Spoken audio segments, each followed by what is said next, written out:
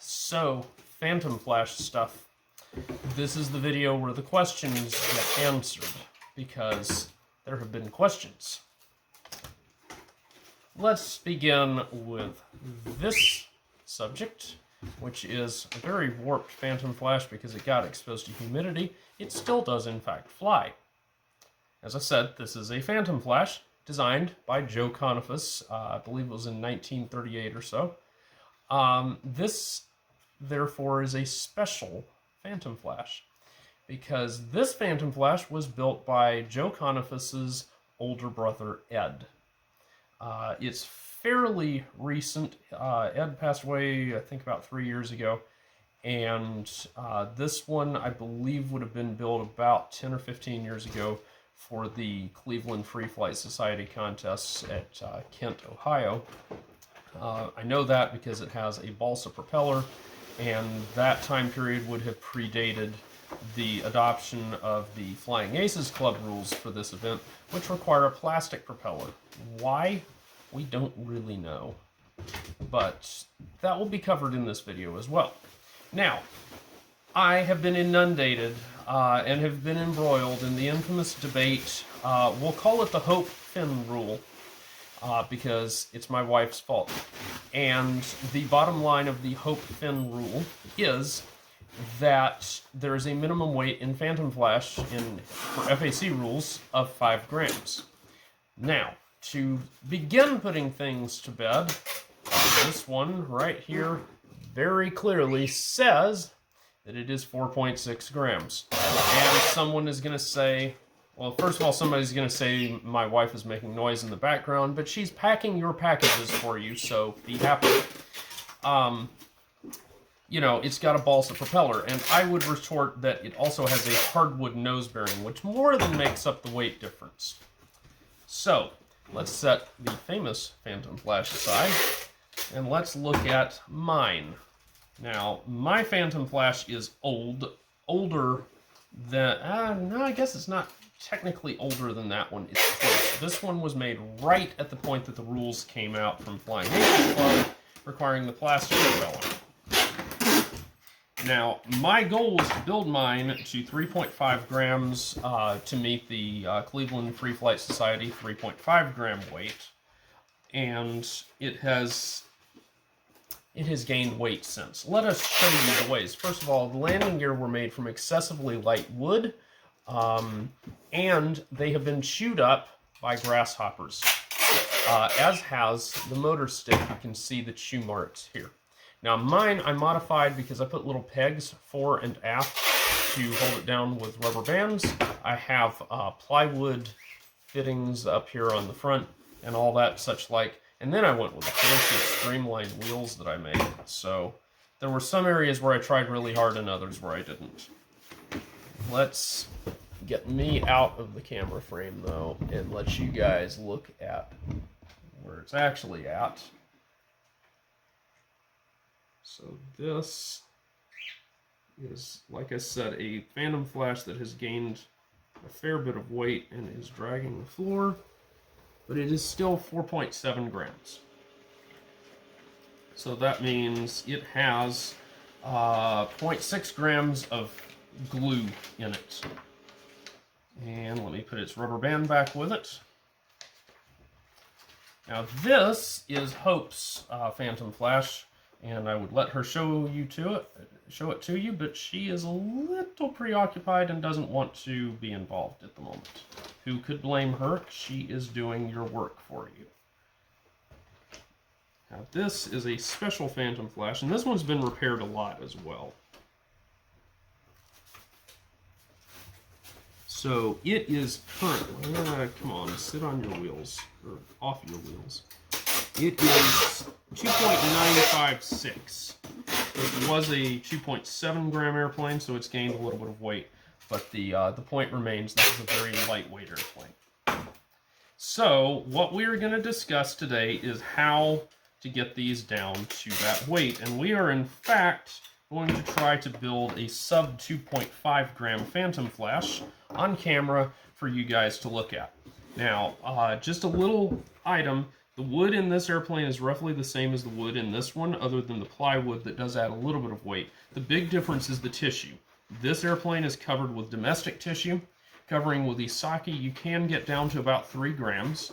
And this tissue is Gampi tissue, which lets you save even more weight. Hi. So we're going to use Gampi tissue per the current FAC rules, which allow it.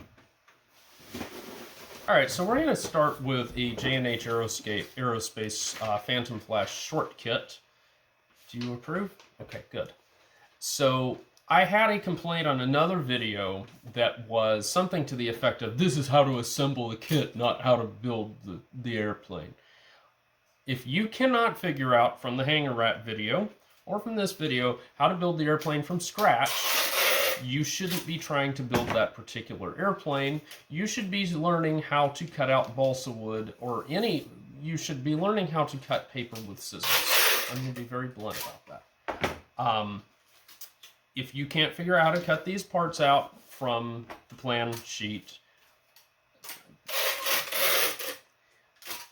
I can't help you. So the bottom line is, our kit is very simple. It does not include a whole lot of stuff. It includes 3 sheets of wood. And so those sheets are this part sheet, and it is made from very light 1/16 balsa. This is a set of dihedral gauges. For those of you who like to use dihedral gauges, I kind of recommend them. They're handy. And then a motor stick. And we use pretty light wood for this. Lighter than most everybody else does, because we're building them for indoor flying. Now, a couple other things you're going to need in your materials that I recommend. You need some sort of tubing for the wheels and for your propeller bushing, because you're going to bush your propeller for a smaller propeller shaft, and also for your rear hook. So, but for the bushings, you need nose bearing, the propeller, and your wheel axles. So I'm going to be using a piece of 028 outer diameter carbon fiber tubing. I'm going to use a pair of Teflon washers, those little white specks there. And so that'll take care of that. I have some 6,000th piano wire. I'm going to use that for the wheel axles just because I really want to save weight. They bear almost no load, so I don't need thick wire. So I'm going to use the thinnest stuff I can get. Actually, I have some 5,000th, but I couldn't be bothered to go dig for it. It just doesn't save me much weight. Then we're going to use 12,000th piano wire for the rear hook and the prop shaft. And I'll show you how to make those parts when we get to them. They're very easy. All right, so the kit that we have includes these templates, and so we're going to build right over the top of these. I'm going to show you a cheap way to get this done, which is that we're going to lay some packing tape down.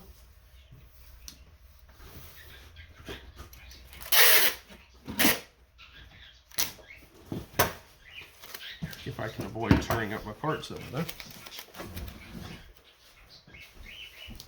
So the purpose of this packing tape, if I can lay it down without wrinkles, oh well, I just screwed up because I'm distracted. But this provides a non-stick surface so we can glue the airplane up like this. And it just makes life a little easier.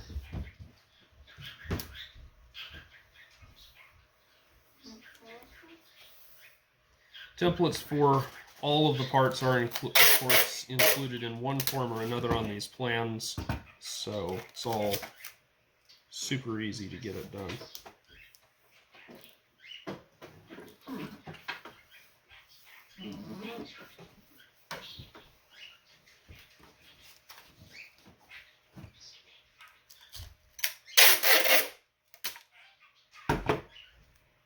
And for over here, all we're really looking to do is take care of the tail surface area.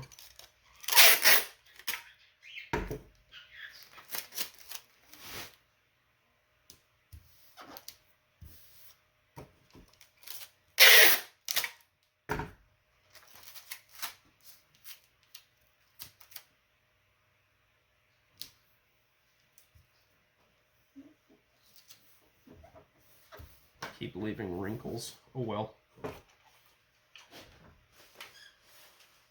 All right. We're going to take a sheet of balsa wood that I have kind of vetted in advance. We're going to use the lightest stuff we can get. This is a J&H Aerospace balsa stripper. This is a Jim Jones style stripper, and so I'm going to set it for 1/16.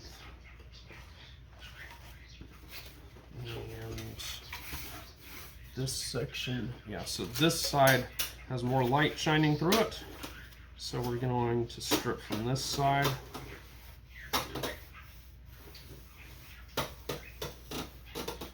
And so this is really, really nice light wood.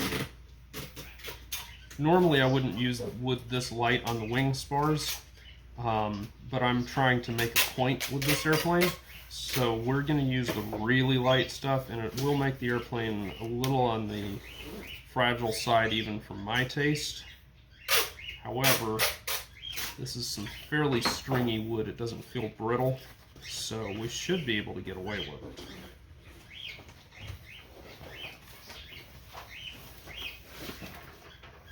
Sometimes with really light wood you run into problems with it being brittle, and that limits its usefulness. Now, the next question is, I did not measure how long these are. Oh, perfect. So I can get my wings out of 2 and then have wood left over for the tail. So what we'll do is we'll cut ourselves a set of wing spars. You notice I'm cutting these over length.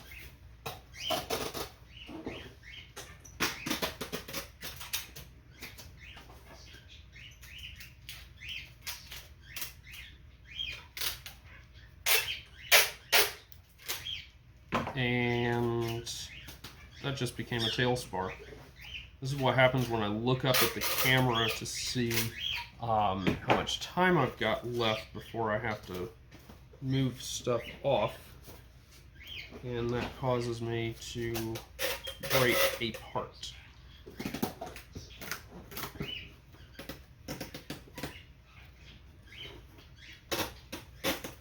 We will still have plenty of wood for the wings.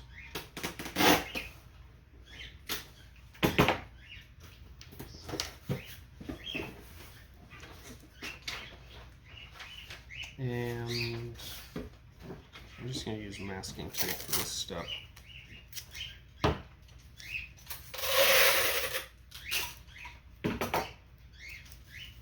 Ordinarily, I would actually show you how to, the right way, which is using straight pins. But since I'm doing this on a table, this is just a little easier of an option. Something about getting yelled at for, poking holes in the table. Plus, it's kind of hard to press pins into hardwood. Now, what I should be is not taping one of these down quite yet, but we're going to roll with it. So I'm going to cut out a full set of ribs.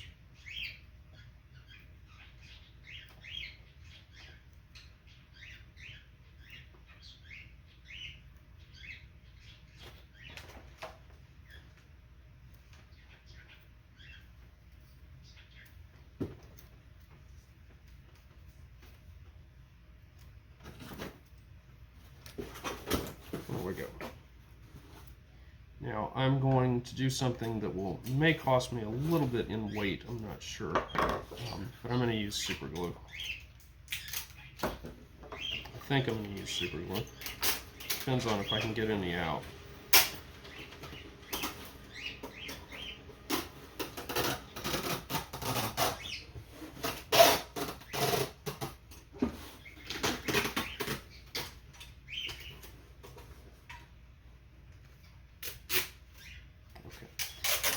the other thing is I just realized this step requires me to cut out this little piece, which is a gauge to tell me how far to tilt that rib in.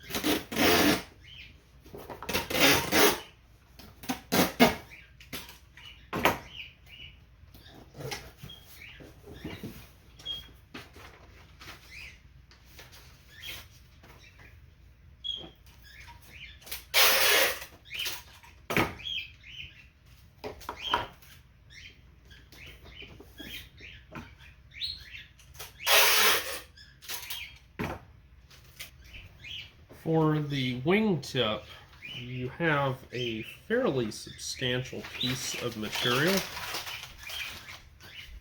and if you're building any kind of indoor airplane, your goal is to get rid of weight anywhere you can, especially on something like this, which represents quite a bit of wood. I mean, if you look at your spars, this has more wood in it than your spars. So we want to get rid of some of that, and the way to get rid of it is to sand it down.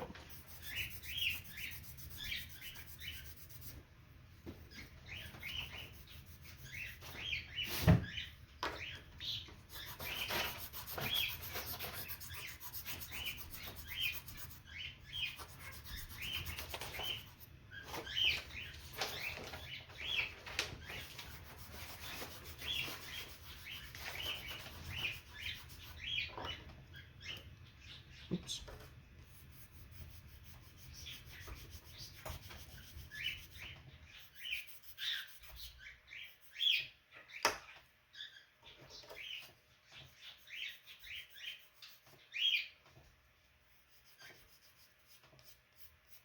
Now I've left the rest of the wingtip, this crossbar, I've left it alone just because I don't think that's really going to help me in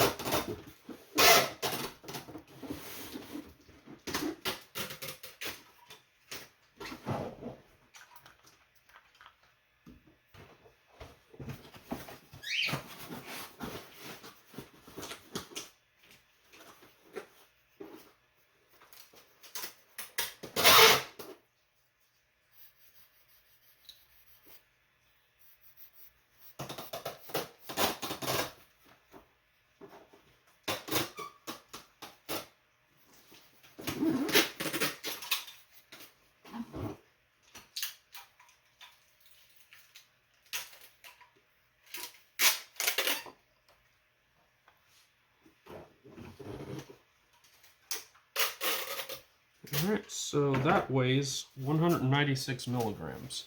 For comparison, that is 196 milligrams is a smidge less than the weight you would want for an F1D wing prior to covering.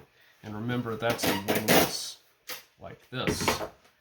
And this has almost as much wood in it as that. So, just a data point for your mind. Let's weigh the second wing, which we built off camera.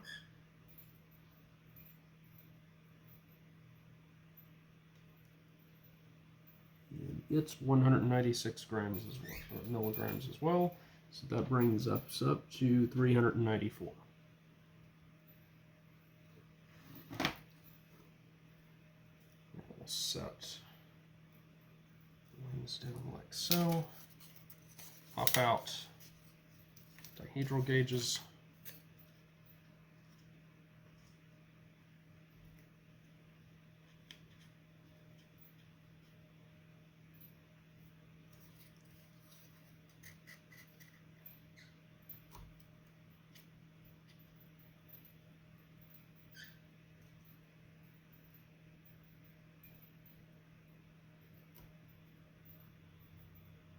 We're not going to press this down hard. This is just to hold the wing in place so it doesn't slide around during gluing.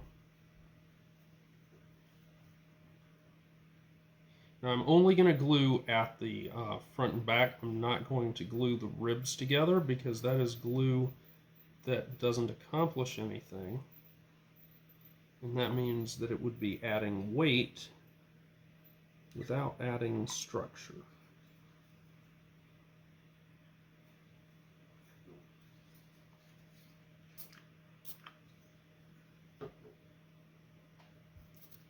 While that hardens for a second, we're going to get these front and back wing supports cut out.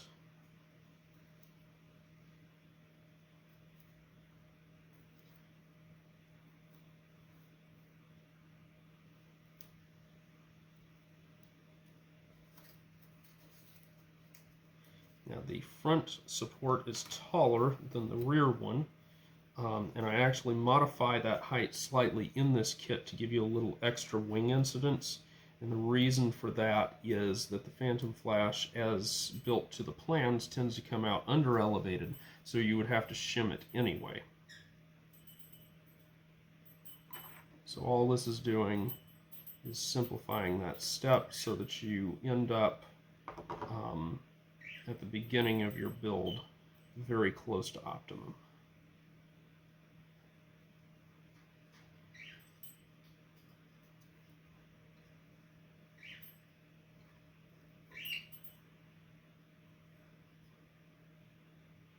Now this rear support is straight across and you have an angle back here, so you can't really glue this on perfectly straight. It has to just kind of be on there.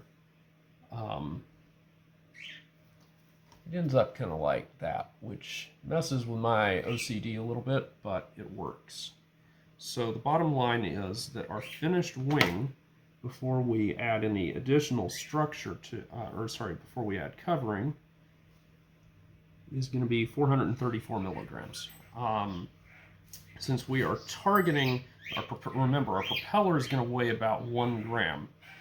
So to build this airplane down to 2.6 grams or less, the completed structure, because we're going to assume about 0.4 grams for structure, the rest of the structure has to be pretty light. I believe if we're allowing 2.6 grams, yeah, that means the airframe has to be about 1.2 grams. I don't know if we're going to get that. We're going to try.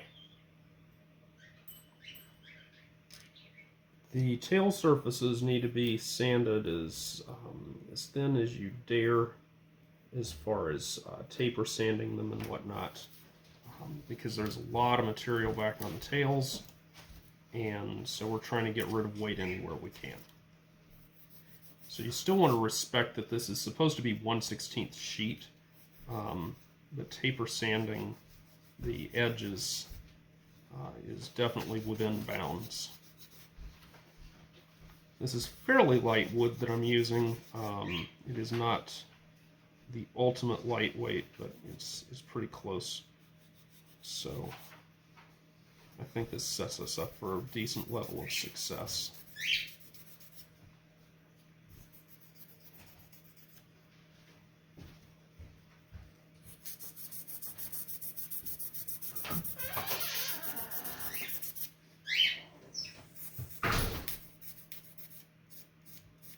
The reason I'm doing this sanding now instead of after assembly is this way, if I damage it, I just damage this part rather than the whole outline where I make a complete mess of things, which happened right there.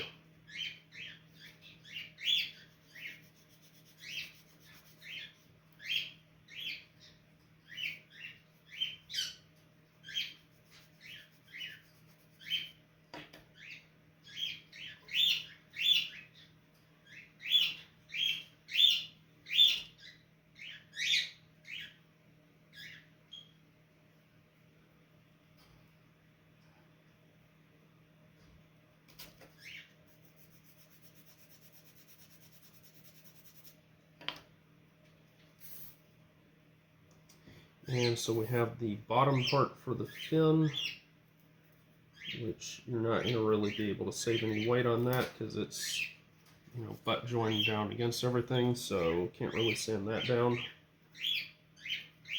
This is the rib, if you want to call it, for your fin.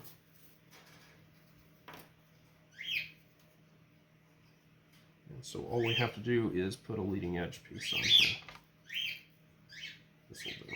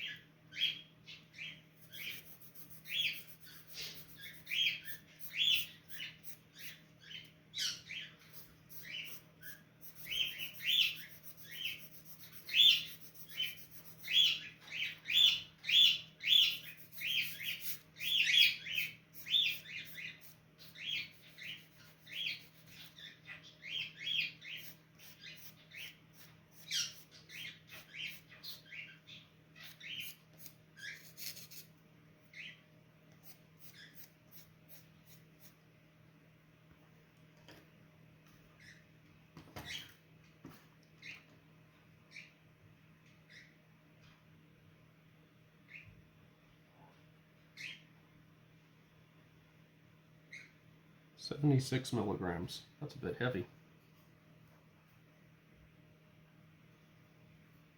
509 milligrams.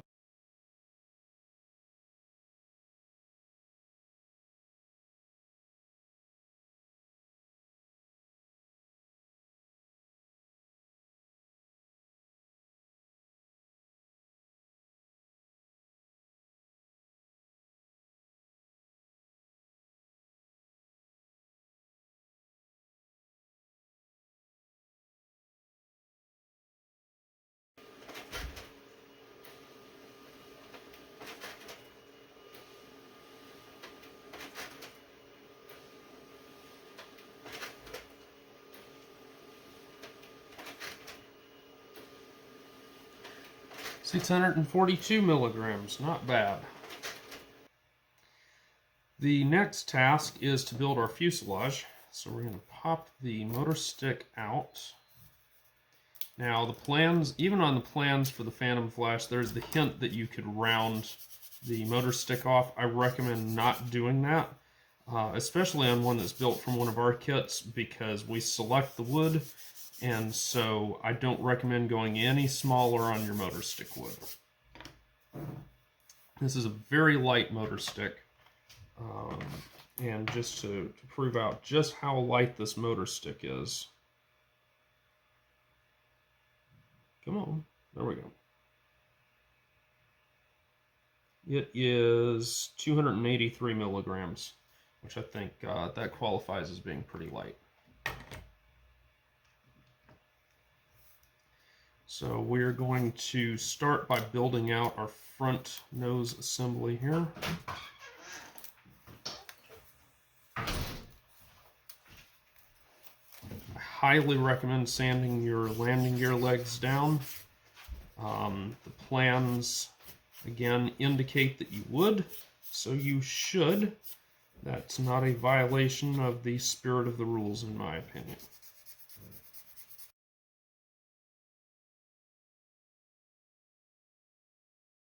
Our two landing gear legs, we're going to eyeball a bevel in the top of these.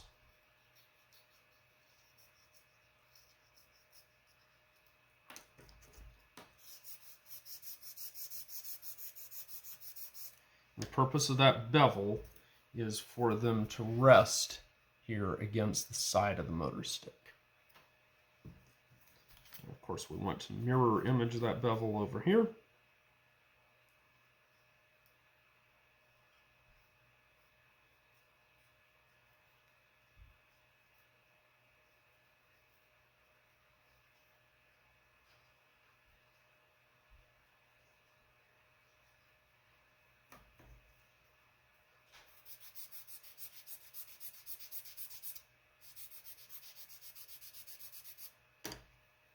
Now we'll cut out the front plate.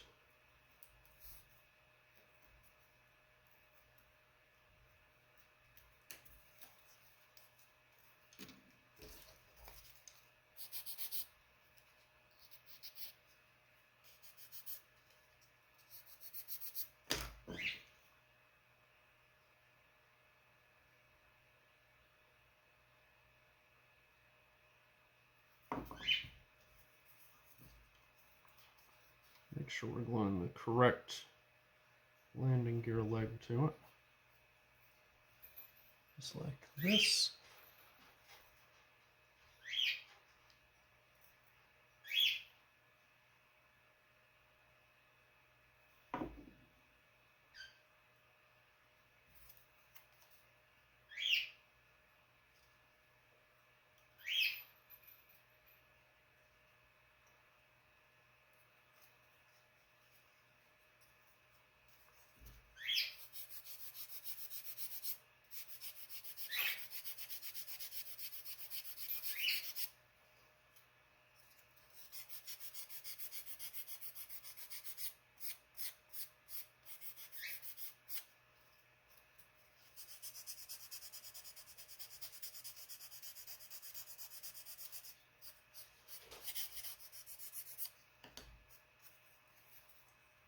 And now what we will do is we're going to slot the motor stick in. And oh man, I don't know how I messed that up. Oh, I just didn't bevel it enough, I guess. Forgive me, it's been a couple of years since I built one of these, because I have not flown them as seriously in recent years.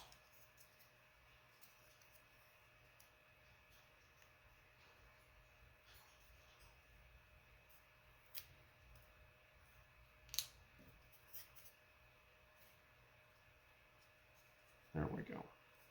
So that fits in just like so. And now we'll glue it.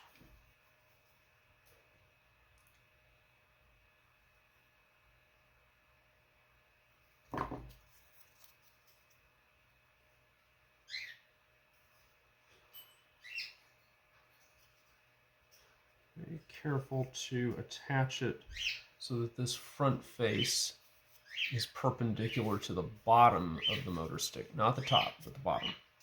We don't really need any down thrust on one of these. And that looks about right. Now, there are two sets of nose bearing parts. I'm going to use the part with the little pinhole in them because I'm going to bush the nose bearing with a very thin piece of bearing material.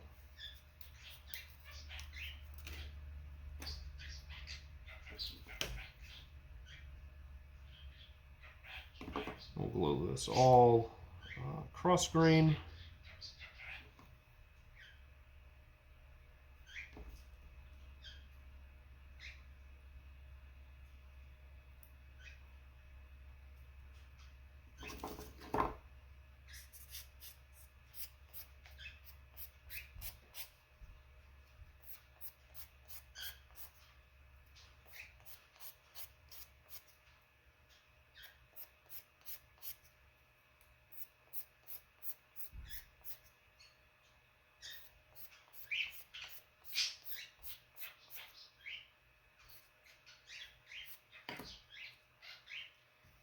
That's going to just stick in the front, kind of loose like. I'm actually going to glue it in place. I'm not going to even worry about shims. I could, but I can probably crack the bearing loose and re-glue it if I need to.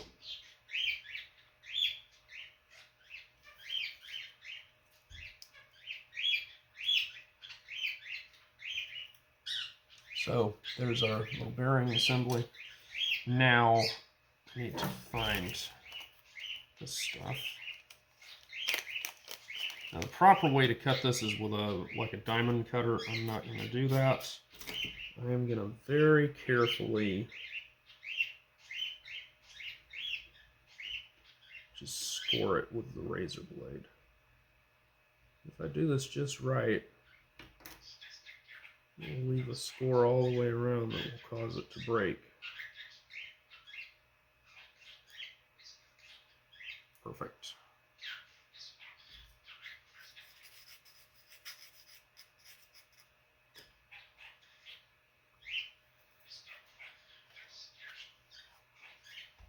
There's my 12,000.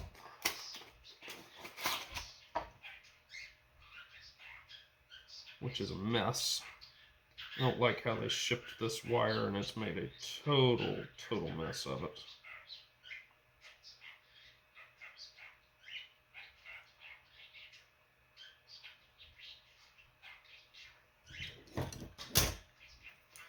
The problem that you run into with the 12,000th wire in this particular carbon tubing is sometimes it's a little tight, so you've got to actually hog out the inside. And that is definitely the case here.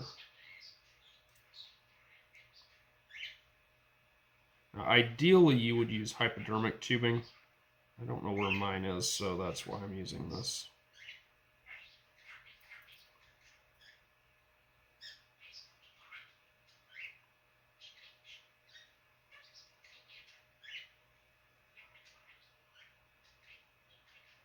And it's turning freely now.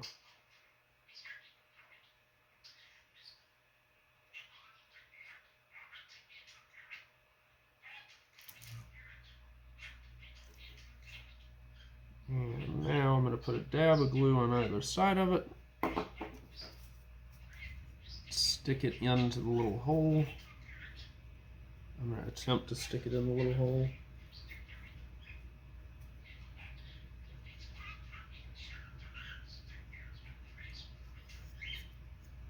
And there we go.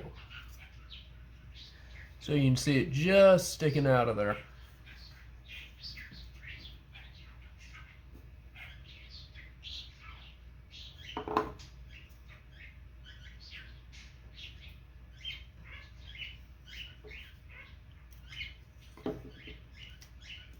We're going to go ahead and make the propeller shaft, even though we can't use it quite yet. So the way that we're going to make our propeller shaft is we're going to use what's called a reverse S-hook. And that will keep the shaft from binding. So what I'm going to do is I'm going to take a pair of round nose pliers like this. I'm going to twist around like that so I get that shape. Next, I'm going to grab this across the top. And I'm going to bend both halves forward. And then on the short tab, I'm going to bend it out the other half, bend straight, and so you get this shape. I don't know how well that's showing up right there. Just like that. I want to leave my shaft a little bit long, and that way it will clear the landing gear, and so it's easier for me to load the rubber motor on.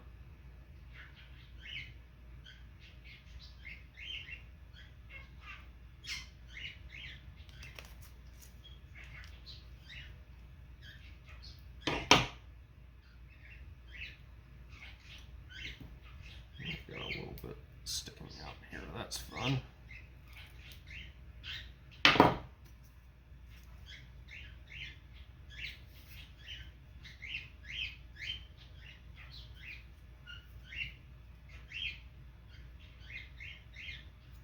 I don't know how well this is going to fit in here.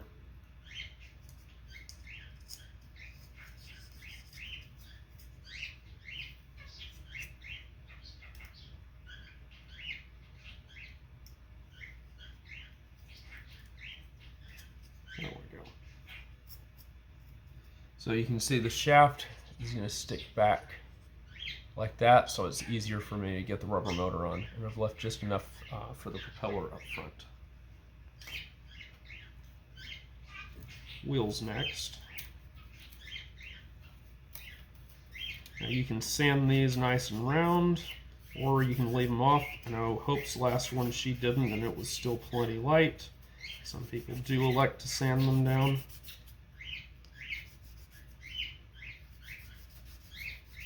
I'm just trying to see how light I can go, so we'll see.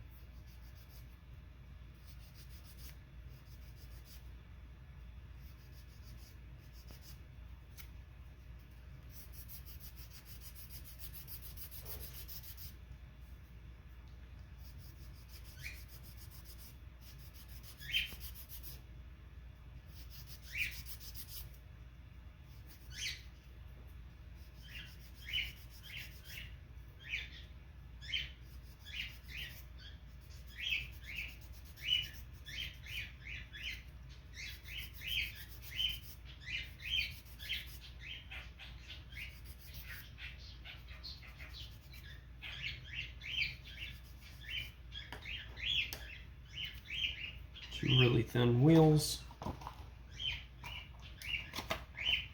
Can't do that part yet. I need the need to make the wheel axles.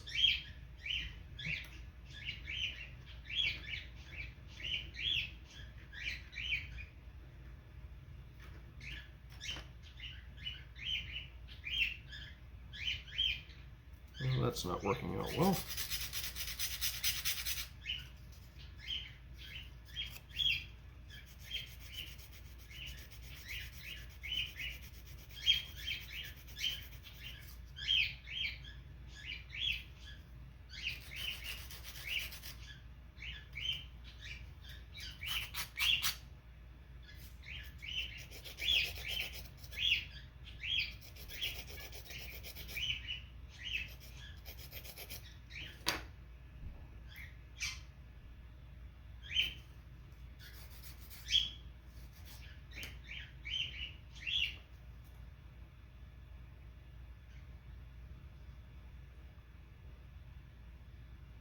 Okay, so you can see I have there we go.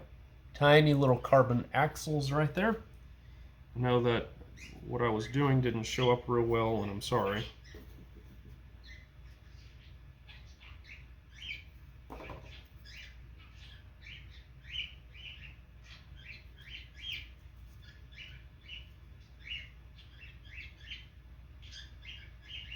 That's one. We'll glue the second one in.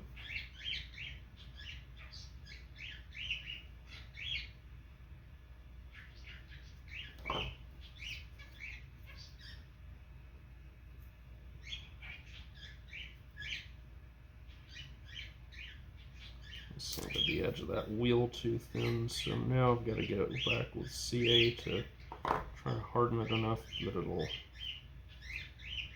stay in existence.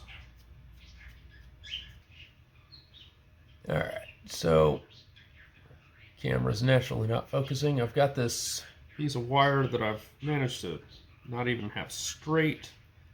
I'm going to put a little bend in it.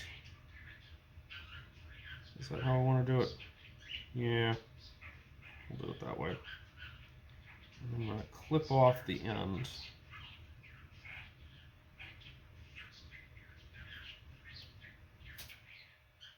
I'm going to attempt to clip off the end.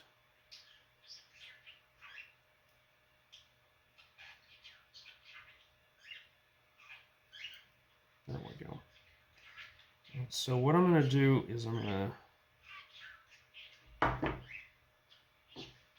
stick this through the little landing gear leg hole on this side. I'm going to squirt glue on it.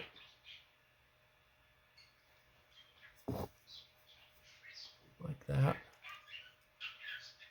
And pull it through. And hopefully that will keep it in place.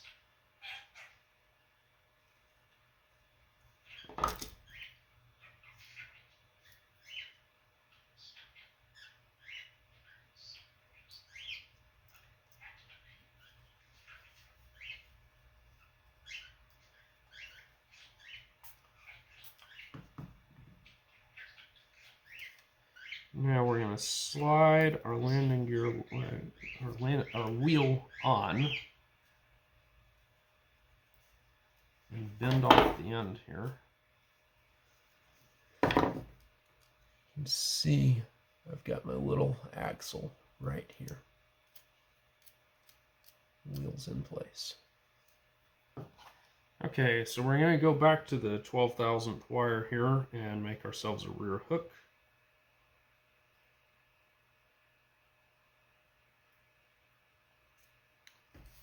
So I'm going to just break off a piece of this wire. At last stow this tangled mess back in its box where I don't have to look at it.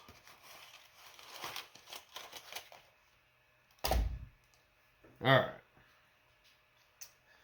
So I have a particular style of hook that I like to make, which features a little bit of a tag down at the bottom.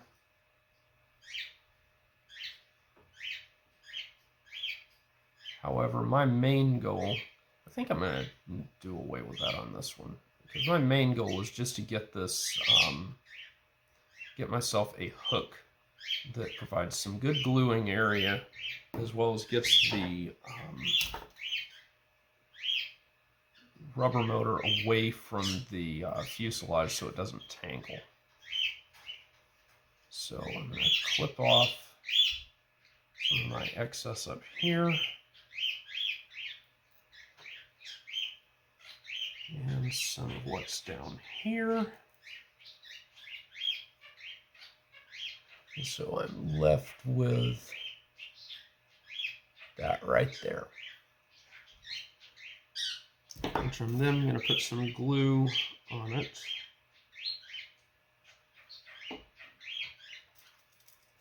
And there we go.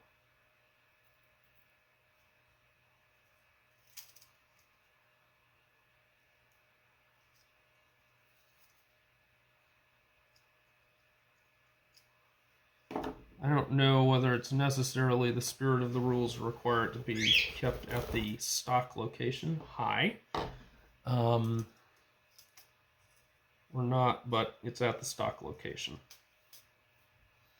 So, we now have all of the structure in the airplane is ready to cover. So let's find out where that puts us.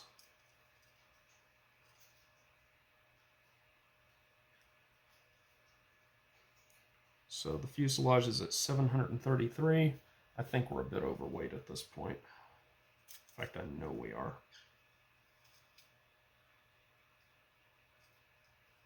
All right, fine. We're going to clip all this in here. We're going to attempt to clip all of this in here. All right, so that's already got us up at 1.1.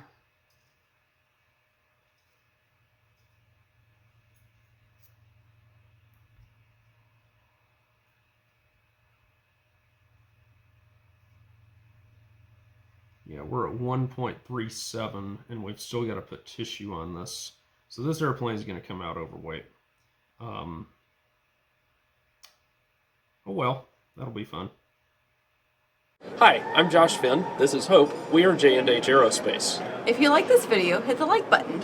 Also, how about subscribe to our channel and check out jhaerospace.com for new free flight products and all of the tooling that you'll need to build them. Thanks for watching.